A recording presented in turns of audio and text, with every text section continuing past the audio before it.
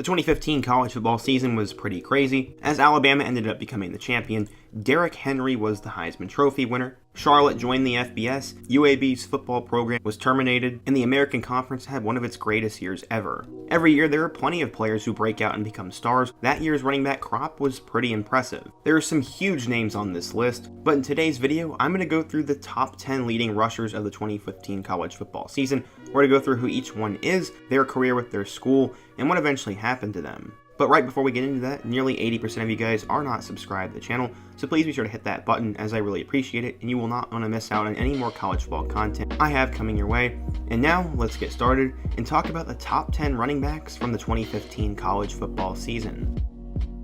So believe it or not, going into the research for today's video, two of the guys on the list I had actually never even heard of before, so I'm excited to talk about them.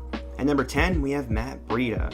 He is one of the more crazy stories to get to the NFL, as he was never supposed to make it. He was a kid who was adopted and would move to the north side of Tampa, and from there, football would become his main thing, as he would go to Nature Coast Technical School in Brooksville, Florida. He became a star while he was there, but he was not exactly the biggest name on the recruiting trail. Breida ended up committing to a school known as Georgia Southern. The Eagles were pretty good for the FCS level, but they aren't exactly a big-time program in the FBS level. According to 24/7 Sports, Breida was a two-star recruit, the number 186 running back, and the 2,902nd best player in the class of 2013. He would not play in 2013, but as a sophomore in 2014, he would absolutely break out. He'd end up leading the Sun Belt with 1,485 yards and 17 touchdowns. In 2015, he'd once again be the second leading rusher in the conference, as he'd rush for 1,609 yards and 17 touchdowns, but he was second in the conference to another player we're going to talk about later. As a senior in 2016, he'd only have 646 yards and 3 touchdowns, but the main reason for that was because they tried to move away from the triple option offense. Breida did not end up getting invited to the NFL Combine, but he ran a 4.38 40-yard dash and would sign with the San Francisco 49ers as an undrafted free agent. In 2017, he'd actually have somewhat of a role, as he'd run for 465 yards and have a combined 3 touchdowns. In 2018, he'd rush for a career-high 814 yards, with 5 combined touchdowns along the way, and then in 2019, he'd have 623 yards and 3 combined scores. In 2020, he was with the Miami Dolphins, but he didn't play a whole lot, and as of now, he has been signed by the Buffalo Bills. Breida is a pretty great story, and I definitely might have to do a video on him in the future. At number 9 on the list, we have Brian Hill from Wyoming. Not many know about him, as personally I didn't even know he existed, but he came out of the East St. Louis area and was never seen as a big-time recruit. According to 24/7 Sports, he was only a 2-star recruit, the number 180 running back, and the 3,064th best player in the class of 2014. As a freshman at Wyoming in 2014, he'd rushed for 796 yards and 7 touchdowns and showed that he had a bright future. As a sophomore, he ran for over 200 yards in 4 different games and finished the year running for 1,631 yards, but only 7 touchdowns. He was named a finalist for the Doak Walker Award and was Wyoming's first 1,000-yard rusher since 2008. He'd eventually break the single-season rushing record for yards in a season for a Wyoming player with 1,860 yards and 22 touchdowns in 2016. Because of that, he was seen as a NFL draft prospect and was taken in the 5th round with the 156th overall pick by the Atlanta Falcons. Fortunately, he did not play a lot and was eventually waived by them. After that, in 2018, he'd get another chance with the Falcons as he'd rush for a total of 157 yards, and then in 2019, he'd run for 323 yards and 2 touchdowns. Since then, he has signed with the Tennessee Titans, and at least he made an NFL career of himself. At number 8, we have the other guy that I have not heard of, and his name was Larry Rose. He grew up in Fairfield, Texas, and played both running back and defensive back, and he rushed for nearly 3,000 yards and 49 touchdowns as a senior, but it did not lead to a ton of recruiting hype. According to 24/7 Sports, he was a 2-star recruit, the number 173 running back, and the 2,946 best player in the class of 2014. Rose would end up signing with New Mexico State, and he became the starting running back as a true freshman, starting 8 games and running for 1,102 yards and 9 touchdowns. In 2015, he'd once again be a star as he became a 3rd-team All-American, leading the Sun Belt with 1,651 yards and 14 touchdowns. He broke the all-time single-season rushing record for the Aggies, and coming back in 2016, he would miss a couple games due to injury, but he'd end up running for 865 yards and 4 touchdowns that year, and because of that, he'd come back in 2017, where he'd nearly rush for 1,000 yards again and 10 touchdowns. He's the best running back in school history, and he would sign with the Titans in 2018, but he was eventually waived. He never played a snap in the NFL, and he since went to the AAF, the CFL, and now the XFL. At number 7, we have a guy that all college football fans should be familiar with, as we have Donnel Pumphrey. Pumphrey is the all-time leader in rushing yards in FBS history, but before that time, he grew up in Las Vegas. He was the Gatorade Football Player of the Year in the state of Nevada after he rushed for nearly 1,500 yards and 19 touchdowns. According to 24/7 Sports, he was a 3-star recruit, the number 48 running back, and the number 1,700th best player in the class of 2013. He would arrive at San Diego State in 2013, playing in 13 games. Pumphrey became the starter in 2014 and rushed for over 1,800 yards and 20 touchdowns. In 2014, he would come back and have another spectacular year as he rushed for 1,653 yards and 17 touchdowns, and then he would break the all-time record in 2016 as he'd rushed for 2,133 yards and 16 touchdowns and was a first-team All-American. From there, he was selected in the 4th round by the Philadelphia Eagles, but he didn't end up doing a whole lot. He got injured a couple times and did get a Super Bowl ring, but he really has been a non-factor in the NFL.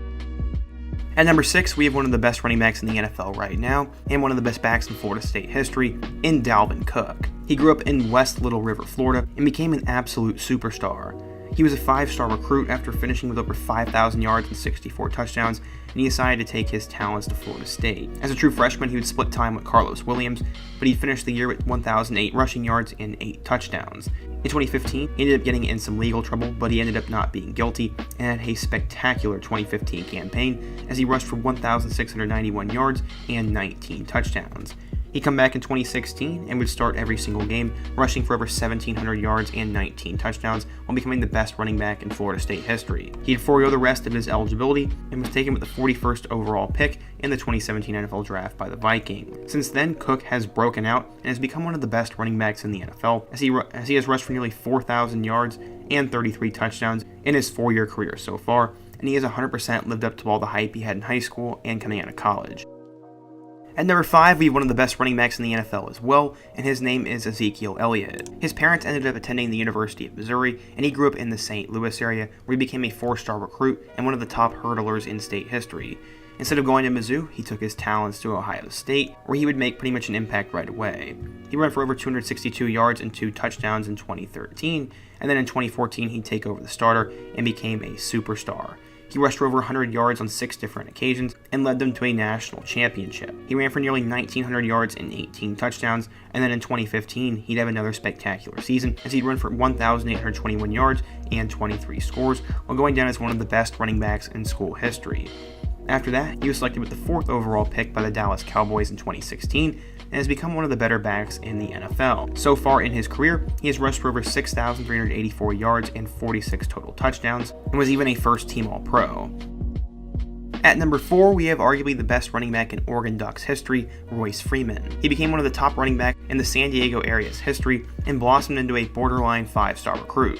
He credited his relationship with the Oregon coaching staff as to why he chose to go to the Ducks, and he would have a fantastic 4-year career there. He ran for over 1,365 yards and 18 touchdowns as a true freshman. Then as a sophomore, he ran for nearly 1,900 yards and 18 touchdowns again, and he had Heisman hype going into 2016. Unfortunately, it would be a little bit of a letdown, as he'd only run for 945 yards and 9 scores. Instead of going to the NFL, he'd come back for his senior year and rushed for 1,475 yards and 16 touchdowns, and he'd become the all-time leading rusher in Oregon history with nearly 6,000 yards and 60 touchdowns. From there, he was drafted pretty highly, as he'd go 71st overall in the 2018 NFL Draft to the Broncos, but so far, he's only rushed for a total of 1,000 yards in his career with 8 touchdowns, and many like to call him a bust. At number 3, we have one of the top running back recruits of all time in Leonard Fournette. He grew up in the Baton Rouge area and would become the number 1 recruit in the class of 2014.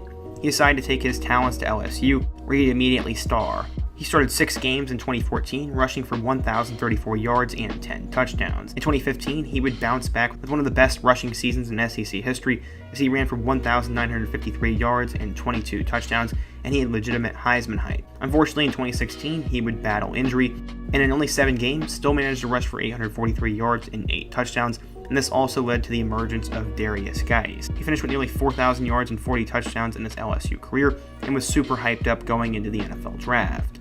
He was taken 4th overall by the Jacksonville Jaguars, where in his time in Jacksonville, he rushed for nearly 3,000 yards and 15 touchdowns. Eventually, he'd take his talents over to Tampa Bay and help lead them to a Super Bowl victory. At number 2, we have Christian McCaffrey, who is arguably the best running back in the NFL. He was born in Castle Rock, Colorado, and broke numerous high school records, including career touchdowns, all-purpose yards, and touchdown receptions. He ended up becoming a 4-star recruit and decided to take his talents to Stanford. In 2014, he'd play in all 13 games, finishing with 300 yards and 2 total touchdowns.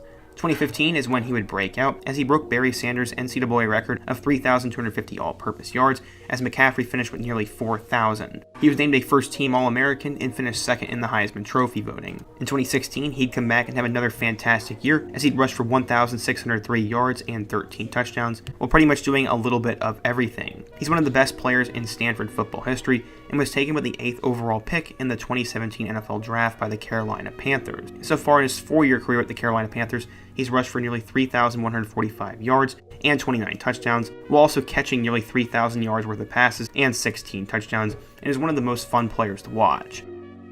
Finally, at number 1, we have Derrick Henry, who is arguably the best running back in Alabama football history. Not only was he the best in Crimson Tide history, but he had the best high school career of any running back ever. He finished with over 12,000 career rushing yards and also 153 touchdowns, and was a 5-star recruit who took his talents to Bama. In 2013, he'd start out a little bit slow, as he only ran for 400 yards and 3 touchdowns, and many expected a jump in 2014. Fortunately, he wouldn't live up to the hype as much, as he only ran for 990 yards and 11 scores.